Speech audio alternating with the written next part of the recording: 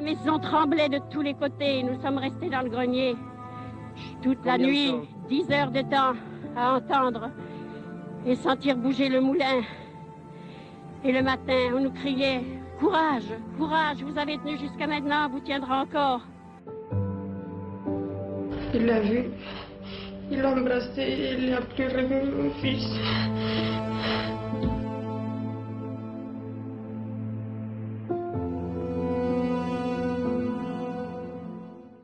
J'ai été voir, il restait plus rien. Et sa maman? Elle est morte. Le soir du 2 décembre, la retenue atteignait la cote de 100,12 NGF, soit 28 cm sous le déversoir. La vanne de vidange, qui aurait dû, pour la gestion des crues, être ouverte à la cote de 99,5 NGF, donc la veille, n'a été ouverte qu'en fin d'après-midi le 2 décembre, après réunion sur place d'une dizaine de responsables en vue de décider de la conduite à tenir pour gérer au mieux le très prochain déversement sur le seuil de l'évacuateur. Le chantier de l'autoroute A8 était en cours à proximité, en aval du barrage. Le gardien s'attarde sur le barrage à des travaux d'entretien, puis rentre chez lui à la nuit tombée. La rupture a lieu le 2 décembre 1959, un peu après 21h. De la moitié gauche du barrage, il ne subsiste que la culée en haut de rive. C'est une agrafe, un renfort. Un volume considérable de fondation a été soulevé, entraînant avec lui le barrage situé au-dessus. La voûte s'est ouverte en rive gauche, puis s'est cassée en rive droite, ne laissant en place que la partie centrale, basse, et les plots en extrémité rive droite, ces parties ayant subi une légère rotation vers l'aval. La rupture a causé 423 morts, dont la moitié d'enfants surpris dans leur sommeil. Elle a détruit totalement 155 immeubles et maisons et endommagé 800 autres. 3200 hectares de terres cultivées ont été touchés, dont 700 hectares totalement décapés.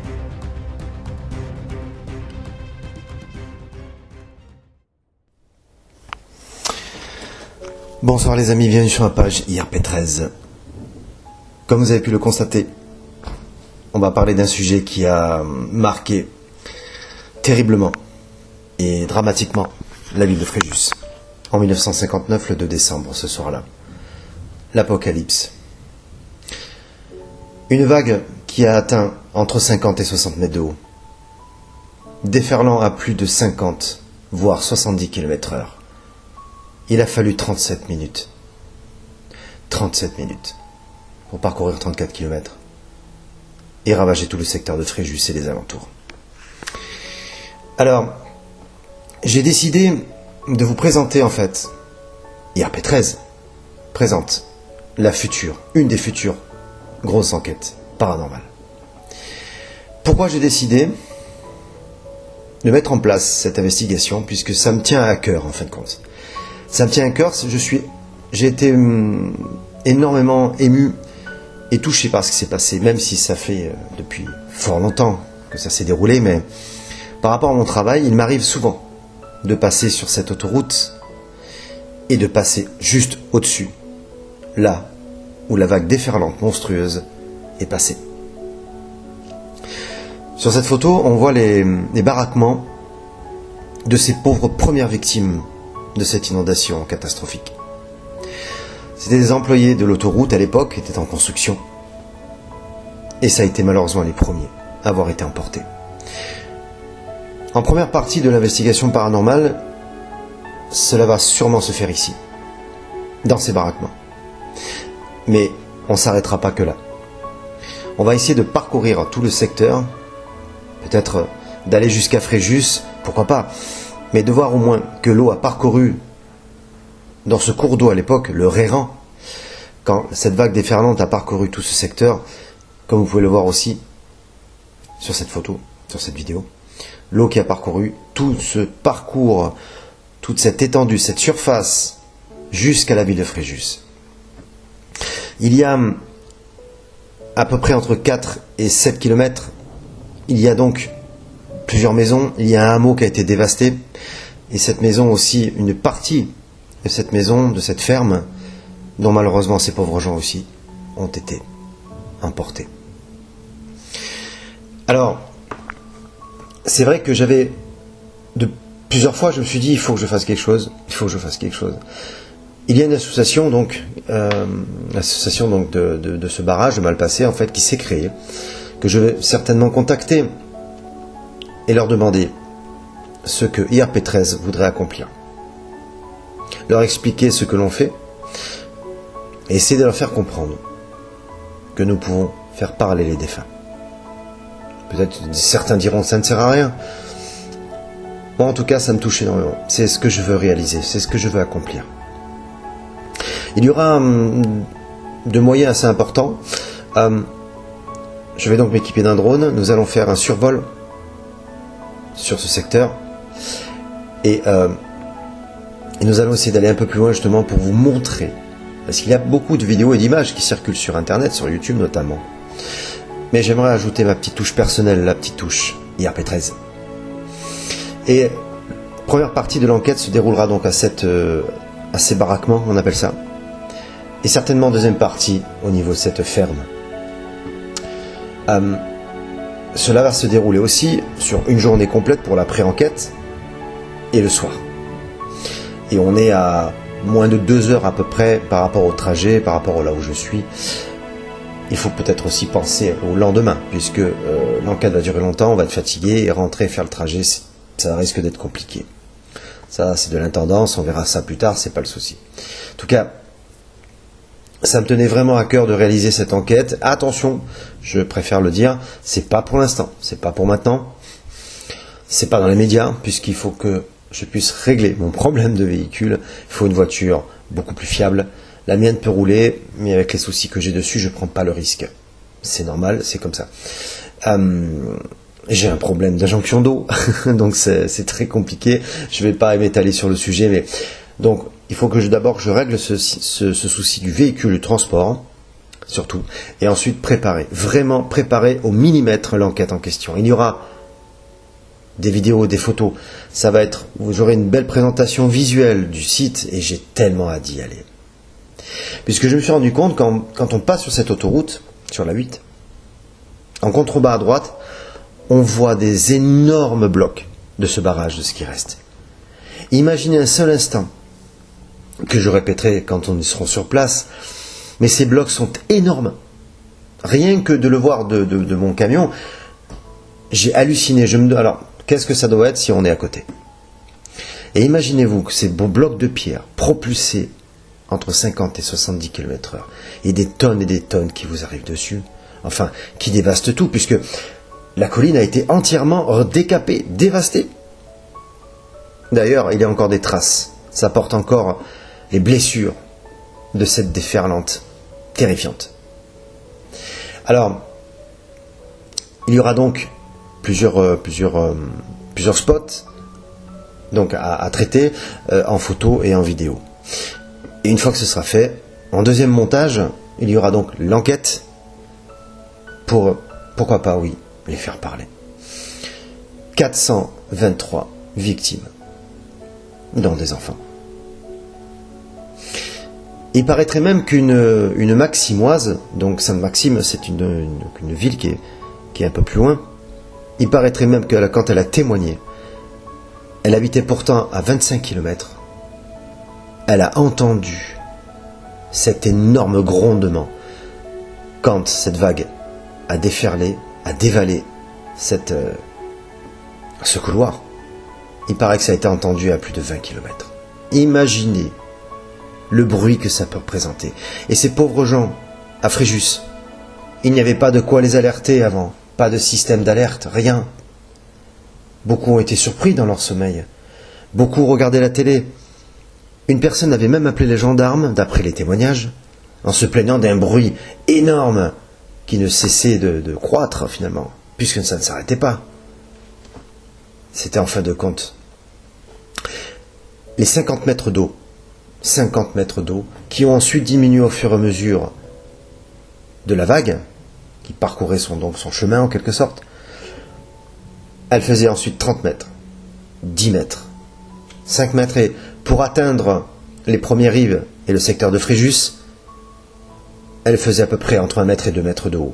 Lorsqu'elle a terminé sa course, dans la mer Méditerranée. L'avenue de Verdun, les arènes ont été fortement impactées, puisqu'on en parle aujourd'hui. Il y a un mémorial aux arènes donc de Fréjus. Et quand je repense à tout ça, je me dis que IRP13 se doit peut-être de faire quelque chose, je ne sais pas, parce que ça m'a touché, parce que ça m'a ému. Et à l'avenir, nous ferons beaucoup d'enquêtes sur beaucoup d'endroits où il s'est déroulé forcément des drames. Alors, je ne sais pas ce que vous en pensez, mais ça promet d'être costaud. Ça promet d'être costaud. Et je prépare ça petit à petit, minutieusement. Donc, méticuleusement, ça va être, je n'ai pas droit à l'erreur. IRP13 n'a pas droit à l'erreur, puisque je voudrais essayer de me détacher de ce que l'on voit. Bien sûr que beaucoup de gens savent ce qui s'est passé, ont déjà vu, ont été sur ce site. Moi, je n'ai jamais été. Et lorsque nous y serons, puisque j'aurai mon collègue avec moi, ça va nous faire une ambiance incroyable, je pense. Parce qu'il paraît que lorsqu'on est devant ce qu'il en reste de ce barrage, c'est immense. Immense. 225 mètres de long. Et à la base, il avait une largeur de 5 à 6 mètres. Forcément, puisque c'était comme une sorte d'entonnoir, la base devait être extrêmement solide. Et arrivé au sommet, ça faisait plus qu'à peu près 1,50 m de large. Barrage de voûte, fixé donc avec des agrafes de renfort, ce qu'on appelle des culées. Ce qui s'est passé, c'est que de 1950 à 1954, une fois que la construction s'est achevée, et de 1954 à 1959, il y a eu à un moment donné, pendant un moment, des pluies diluviennes. Et à cette période précise, entre autres, ça n'arrêtait pas de pleuvoir. Cette réserve d'eau qui avait été créée donc pour ça à la base, contenait à peu près 22 millions de mètres cubes d'eau. Mais lorsque ces pluies sont arrivées, ont augmenté considérablement la contenance. Donc on s'est retrouvé à 50 millions de mètres cubes d'eau. Et ce qui s'est passé surtout, c'est que les agrafes donc de renfort ont été fixées en quelque sorte dans cette roche. Mais c'était de la roche friable, de la matière friable. Ça laissait passer, ça faisait comme des sédiments.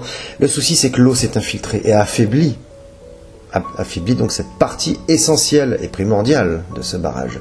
Ce qui a eu pour but d'affaiblir toute la structure et a entraîné forcément, à cause de la pression de la poussée d'Archimède aussi entre autres, la rupture de ce dernier. Ensuite, il a eu, d'après les témoins aussi, cette onde de submersion. L'onde de submersion, c'est ni plus ni moins que comme des gros coups de vent, comme une forte tempête, je ne sais pas moi, avec des vents à plus de 200 km/h, qui en fait précédait la vague. Et tout ce qui est l'amoncement, l'enchevêtrement de pierres, de rochers, de blocs, d'arbres.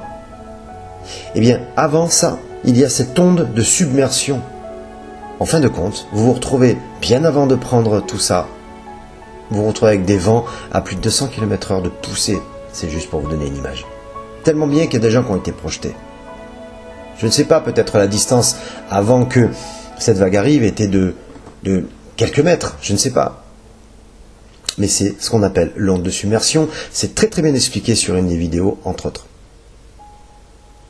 Je n'ose même pas imaginer ce que ça doit représenter, ce que ça doit faire. Surtout que ces pauvres gens étaient tous, c'était le soir, 21h13, heure de rupture du barrage, et il s'est écoulé 37 minutes. À 21h35 exactement, l'eau avait déjà atteint Fréjus. Un peu plus, d'après ce que certains ont dit, enfin les témoignages.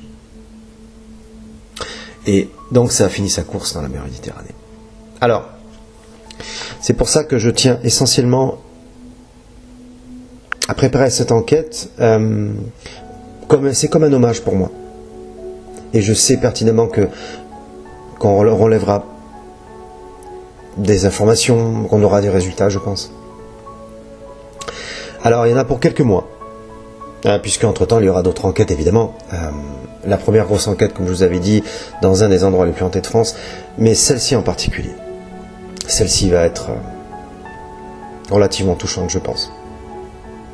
Voilà, donc c'est juste un avant-goût Vous trouverez tout ça sur internet, c'est pas le sujet, mais j'avais envie d'ajouter ma petite touche personnelle et mon témoignage, je veux dire, pour vous montrer un peu. Et il y aura quelques explications techniques, entre autres. Je sais que ça intéresse quelques-uns. Je vous laisse avec la fin. Quelques photos assez poignantes. Et surtout ne pas oublier. Ancré dans les mémoires pour l'éternité. Merci beaucoup d'avoir regardé. On se retrouve très bientôt, comme d'habitude. D'ici là, portez-vous bien. Bonne soirée.